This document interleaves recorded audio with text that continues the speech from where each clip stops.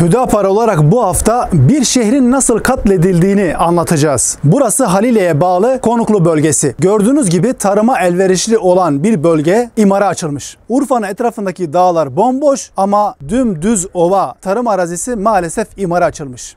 Burası da Eyüpiye Millet Bahçesi. Gördüğünüz gibi burası da tarım arazilerinin üzerine yapılmış. Evet, burası da GAP Arena Stadı. Burası da tarım arazilerinin üzerine yapılmış. Ve işin garip tarafı eski stad ile yeni yapılan stad arasındaki mesafe sadece 2 kilometre. Evet, sağ tarafımda şu tim, sol tarafımda ise Yeni Hal Pazarı var. Burası da tarım arazilerinin olduğu bir bölge. Bütün Urfalılar bilir. Kıpkırmızı toprakların üzerine Yeni Hal Pazarı'nı yaptılar. Ve burada da bir gariplik var ki eski Hal Pazarı ile Yeni Hal Pazarı arasındaki mesafe sadece 1500 metre. Burada da ne kadar müthiş bir şehir planlaması yapıldığı herhalde görülüyordur. Ve burası ise Devteşti bölgesi. Gördüğünüz gibi evler kibrit kutusu gibi hepsi yan yana. Bir evin damına çıktığınızda 15 ya da belki 20 evi çok rahat geçebilirsiniz damdan dama atlayarak. Ve burada 3 kat imar izni var. Yolun karşı tarafında ekranda görüyorsunuz, şu an benim sağımda yer alıyor. O tarafta ise 10 kat, 12 kat, 20 kat imar izni var. Bu da aslında cevap bekleyen bir mesele.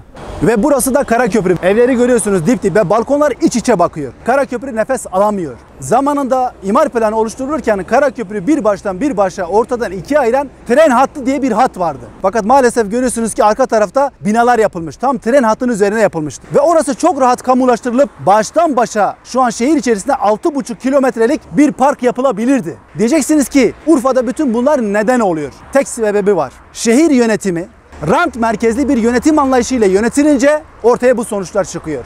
Peki çözüm ne? Çözüm çok basit. Şehir yönetimi rant merkezli değil, insan merkezli, insan odaklı bir yönetim anlayışıyla bu şehir yönetilirse o zaman bu sorunların hiçbirini görmeyeceğiz. Şimdi Şanlıurfa halkı adına bütün bu kararlara imza atanlara sesleniyorum. Sizler bu şehrin geleceğini çaldınız. Sizler bu şehrin kaderiyle oynadınız. Sizler bu şehri katlettiniz. Bütün Şanlıurfa halkı sizden gerekçeli bir cevap bekliyor.